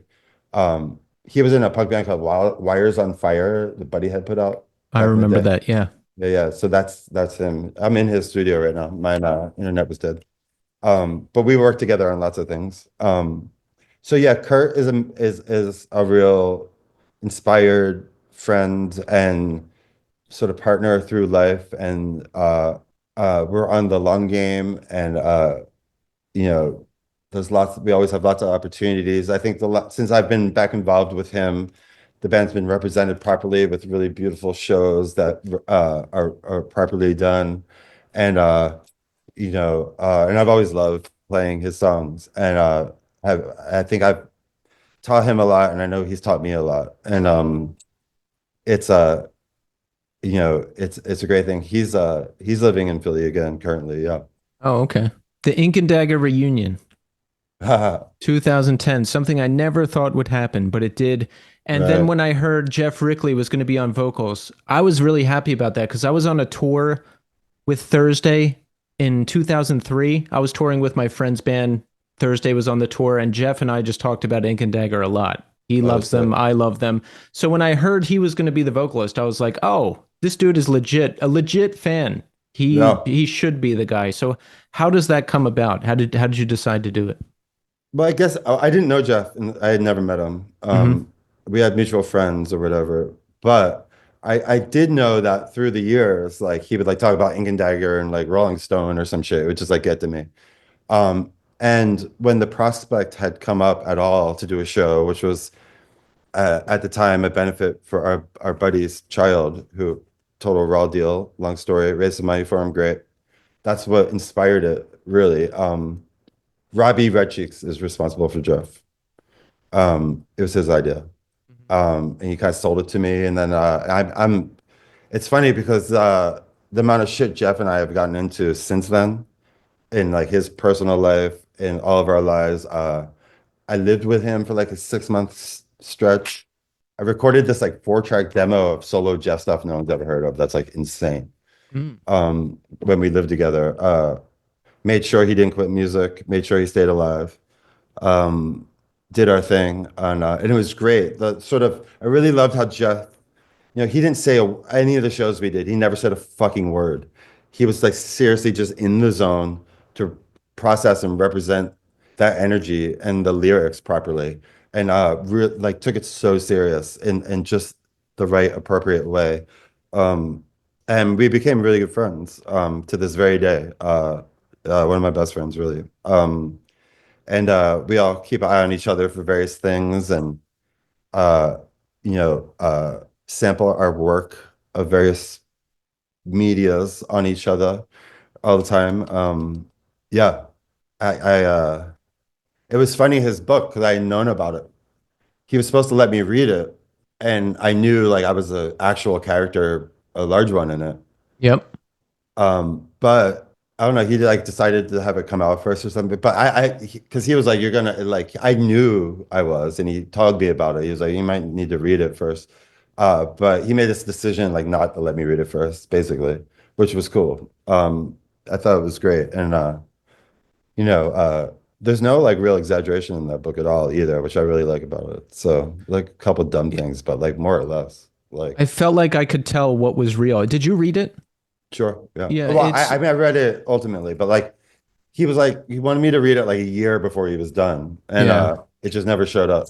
And I was like, and I knew a little bit about it, but um, you know, It's legit good. It's like a really, really, yeah, really well crafted story. And yeah, some of the moments with you are some of the best. There's like you're like in a church and you're like explaining to him what he has to do to get over all this shit or something. It's cool. yeah. It'd make a good movie. Funny you say that. Yeah. um, how did you feel about the reunion? Now, Jeff told me that you wanted to when Jeff was on the show, he said you Uh-huh. wanted to complete the tour of Europe because I think Ink and Dagger toured Europe and it got cut short or something. So you wanted to Uh, go back and finish Sort it. of, yeah. Well, Yeah. we went to Europe a couple times, like by ourselves, and once we refused, which was like, Yeah. but that could be its own podcast. But How when was that tour? He said it was nuts. Like someone ended up leaving. Like what happened? yeah, it was uh yeah, someone involved was an addict and fucked us. Yeah. But that's a whole nother thing. We played like 5 shows in England. All of the merch was waiting for us, like in France, like for the next day. Hmm. 5 shows we weren't gonna have merch. We are gonna pick it up for the next month in mainland. And the night before we went to mainland, someone from the band bailed on me and just fucked us. Then we had to sit in London for 3 weeks with nothing to do and no money to wait for our planes to go home. And like I lost. I mean, whatever. Even back in the day, like, I was like paying my mom back for plane tickets a year after Sean died. Uh yeah, so it's not that big a deal, but uh the energy really wasn't happening. I felt really good about the This Is Hardcore set and the Secret show the night before. Hmm. The LA show at Shepherd's Warehouse. Uh, it's funny that Touche Amore played that, and I had no idea who that was when they were like kids in 2010. That was Europe could have been amazing, but it just wound up being a little underrealized. Yeah. Yeah. Is there a future for Ink and Dagger? Have you ever thought about doing anything else? I certainly think about it all the time because I'm very lucky in that I can barely like go meet someone at a bar without the bartender trying to give me a shot for Ink and Dagger. Uh, I mean, I don't drink, but uh, I fantasize about it. I fantasize about having like a proper archival um, sort of collection put together. It's gotten really close through the years, really close. There's been some things worked on. Um, I Before long, I'll need to do it, and I feel okay doing it. I have permission and in my sort of spiritual permission, and it would be cool to get some outside of the box people involved. I don't know. We'll see. It's certainly there's lots of cool options of people that are really willing to do some cool things, and we're trying to like see, you know, hopefully in the next couple of years something gels up because I've said no to like a lot of things, like well, like a lot, because there's a certain thing I have an idea for I need to do it that no one's been able to sort of provide yet. So I might be softening up on that. We'll see. I'm There's so many things, but right now I'm really in the headspace of expressing myself with these frail arrangements, re-entering that sort of headspace and really trying to make it as authentic, now as it, regardless of age or any, punk is a evolving thing. The Society of Future Vampires is evolving. It's not something that you peak when you're 23 or 43 or 33 or 68. It's something that evolves with you, and that's what gives it the energy and being important. So with my relative adult age, I have half of my working life to go. So I'll worry about the archival shit when the time's right. Right. I'm still learning. I see you have the guitar there. This is my 64 Jaguar. Someone had the audacity to take the pickups out of a 72 Les Paul Deluxe and grout them into the single coil space of the Jaguar. The floating tremolo, which is just ergonomically bent to my hand because it's been stuck to it for like 20 years. I have this secret pull button thing here. This is disengaged. This is 69 335 and a 67 5 or 12 string. I play mostly, and then Dr. No's old JMP Marshall and a bunch of other sort of classic amps that I like to use when I'm playing guitar. Yeah. Um, when someone asks me, I just say I play all instruments. I mean, I'll make anything musical. I'm not gonna like slay on oboe, but like I'll get it to work.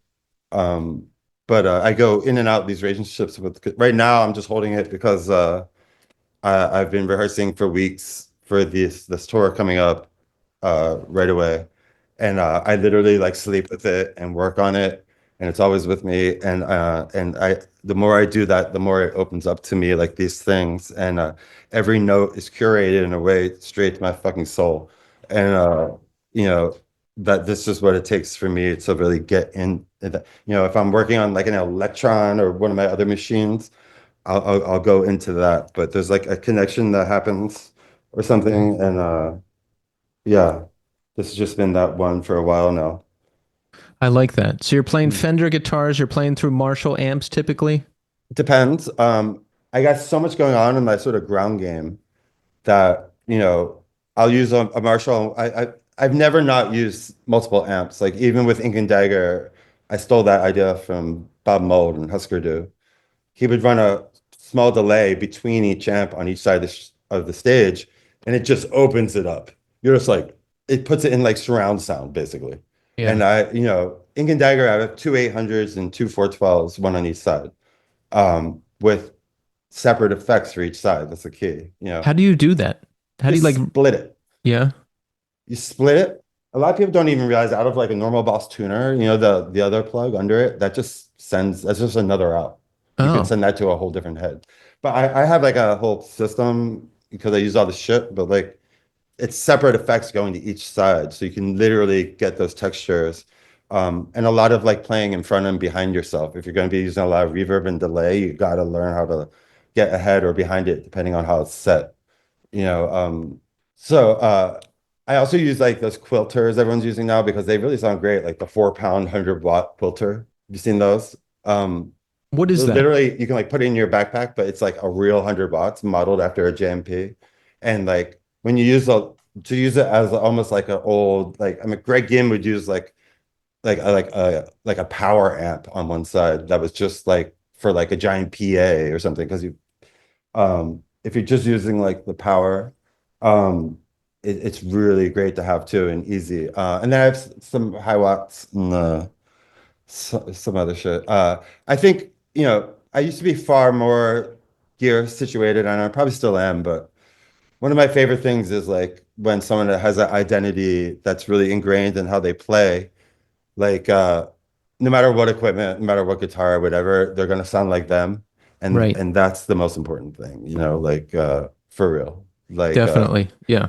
before you get to any like, oh my God, this piece of equipment is gonna make me be able to do something. It's that's cool. Like, It has to be you though. Like I imagine whatever you pick up, it's going to sound like you.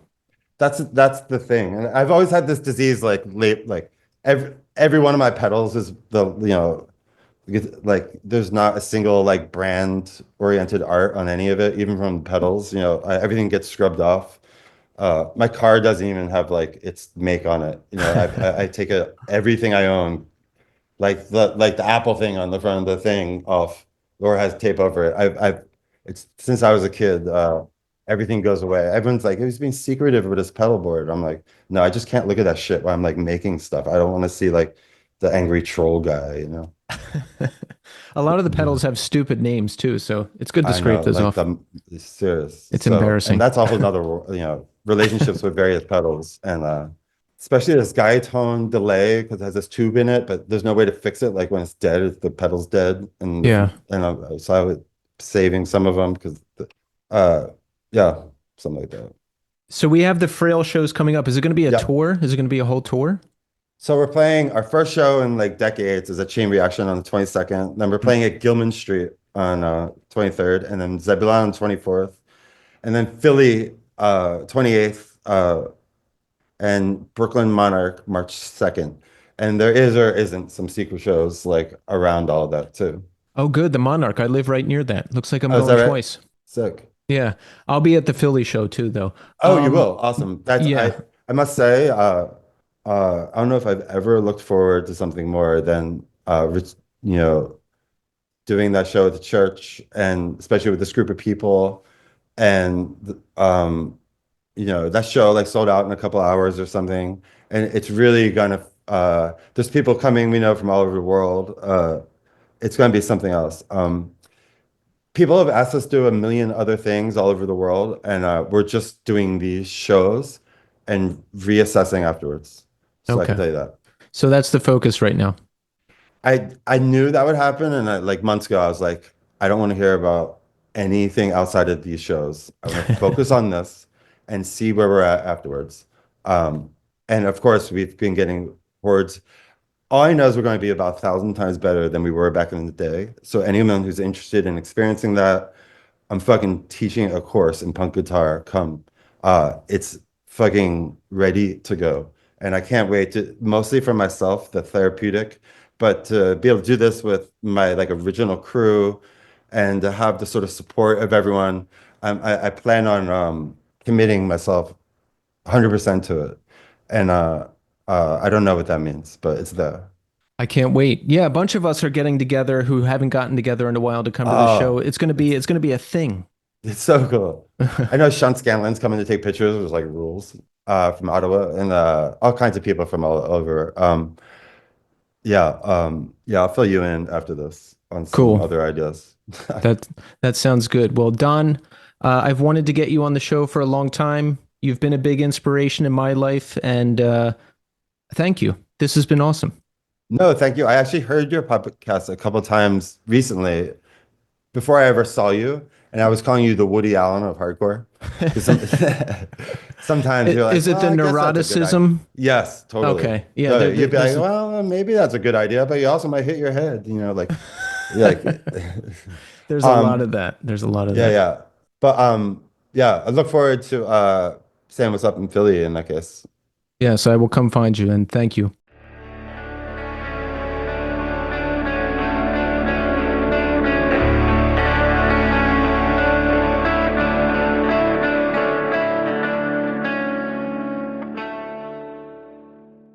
And there you have it, Don Devore. Excellent, excellent conversation. I'm glad we finally got Don on the show. It's a conversation I've been waiting to have for a long time, and I'm glad it finally happened. Ink and Dagger is one of my all-time favorite bands. Don has been a huge influence on me guitar-wise for years. Ink and Dagger is a huge influence on Memory Entry, my band. So to have that conversation with Don and to hear all of those insights about the band and to hear those stories about the band and to hear about Sean, it's a gift, really. It's just a gift to hear that direct from Don, direct from the source. I only got to see Ink and Dagger one time. It was 1998. I saw them at the First Unitarian Church. Their debut LP, The Fine Art of Original Sin, had just come out. They weren't doing the makeup anymore. I remember it being dark in there. I remember the strobe lights going, and I remember loving the band. I really enjoyed them live, and that love just continued to grow over the next few years. I remember this specific moment. I was going to community college, Bucks County Community College, and I was driving there. I think it was fall, September maybe. And I remember listening to their first CD, Ink and Dagger's first CD, and just being like, I love this. I love this. This is my favorite band. And I was obsessed. Obsessed for years, reading every article I could, learning everything I could about the band, buying all their 7 inches so I could hear every song, combing old forums and reading posts that Sean made. It was just an obsession. I loved them. And I'm happy that Frail is back now. I just saw them Friday night in Philadelphia. What a trip. I don't think I've been to the Unitarian Church since 2011.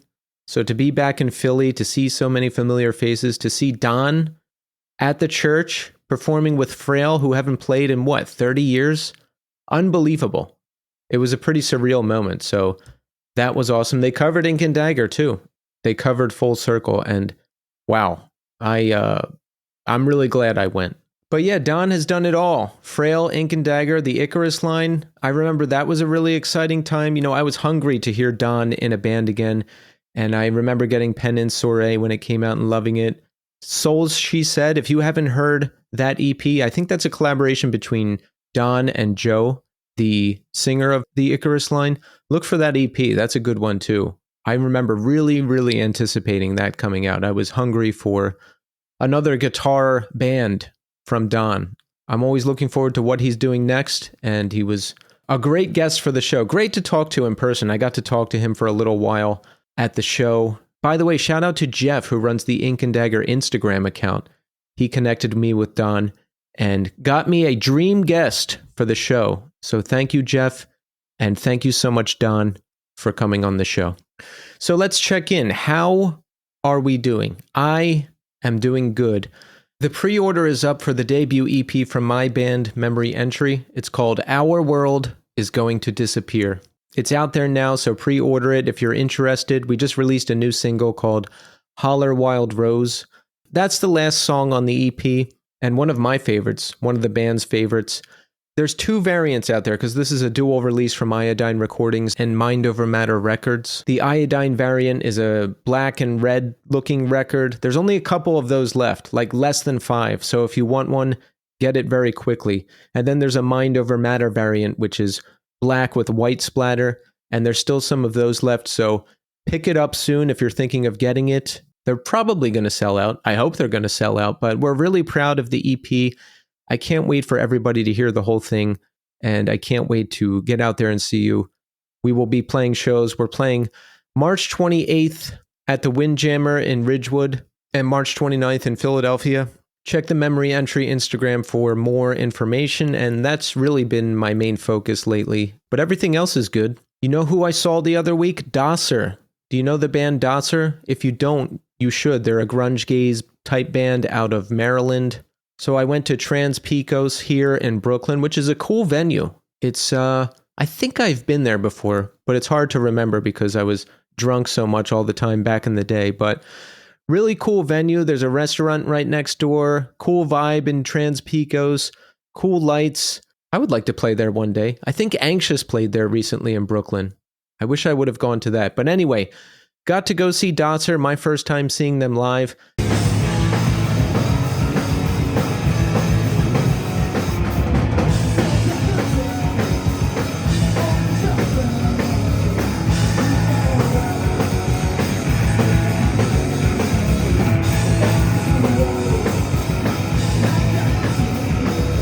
Got to talk to Will Teague, who's their guitar player and singer, at the show.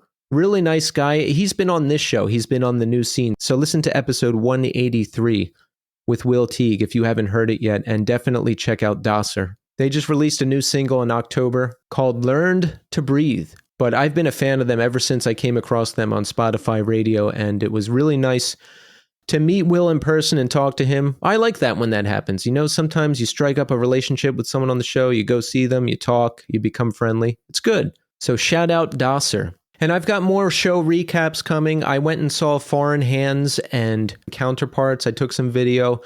I'll do a recap of that one next week, and there'll be a longer recap of the Frail show in 2 weeks. I'm backed up on show recaps because there's been so many good ones lately, but it's a good problem to have because more content for you. All right, so let's check in with the New Scene Community Hour. We've got some new Spotify comments here. Here's one from Brad Mason about episode 267 with Mike and Chuck from Planes Mistaken for Stars. Brad says, spectacular interviews, end story. Gave me a good cry. 5 planes, 5 stars. Yeah, that was a special episode. I'm glad I did that one. I'm glad I got to talk to Mike and Chuck. I really felt like I knew those guys after that one, and I really felt like I knew Garrett after that. So just getting to know the band Planes better and getting to talk to those guys and doing a deep dive on YouTube and looking at videos of Garrett and listening to the band, it really kind of gutted me. I was just so sad that Garrett passed, and I really felt for his family and for his friends. And, again, I just really feel like I just really felt a connection, a deep connection with them after it was all done. ESBJ says this about the same episode with Planes Mistaken for Stars. I've been a really big fan of theirs since owning the first EP. Love this interview. Planes Mistaken for Stars will always hold an early influential place in my heart. Same with another one of my favorites, Appleseed Cast. Thank you, ESBJ. Marcus had this to say about episode 268 with Grady Allen of Anxious. Awesome interview, Keith. Little Green House was my album of the year, which is why Bambi is my most anticipated. Hearing about the creative conflicts within the band during the process was super interesting. It definitely attaches a more human element to the songs I've heard so far. I love that Grady was so unabashedly honest about it. Thank you, Marcus, and good to see you at the Counterparts show. Yes, that interview was a special one, a really special one. Grady is just super intelligent, thought-provoking, thoughtful, and Bambi is a perfect record. I listened to it again while I was driving down to the Frail show Friday night. I don't know if you've heard Bambi yet. Perfect record, so make sure you check it out. Philip Trapp had this to say about episode 253 with Jeremy Gomez from Mineral and Eric Richter from Christie Front Drive. They're also in a new band called Suburbanize. Philip says, dude, Antarctica was so good. Yes, they were. That was Eric's band after Christie Front Drive. Awesome stuff. And Brian Martinez had this to say about episode 250 with Quinn Murphy from Love Letter and Verse. Brian says, this was an awesome episode. Love how open he was, incredibly vulnerable and honest, sharing his fucked up traumas. Love Letter and Verse will always be on rotation. Thank you. Yeah, that was another special one. I really look forward to seeing Love Letter again live, and I hope it happens soon. And that is it this week. We are going to end the show with a band called Autumn Creatures. I recently went back into an old playlist of mine and found this band again. Fantastic. They've got an album called Funeral Garden, and we will end with a track from that record called Death in Silent Places. I'll add it to the New Scene 2025 Spotify playlist. I've got all of our 2025 guests in that playlist, as well as my own personal recommendations, so make sure you check it out. I'm back next week, and I'll see you then.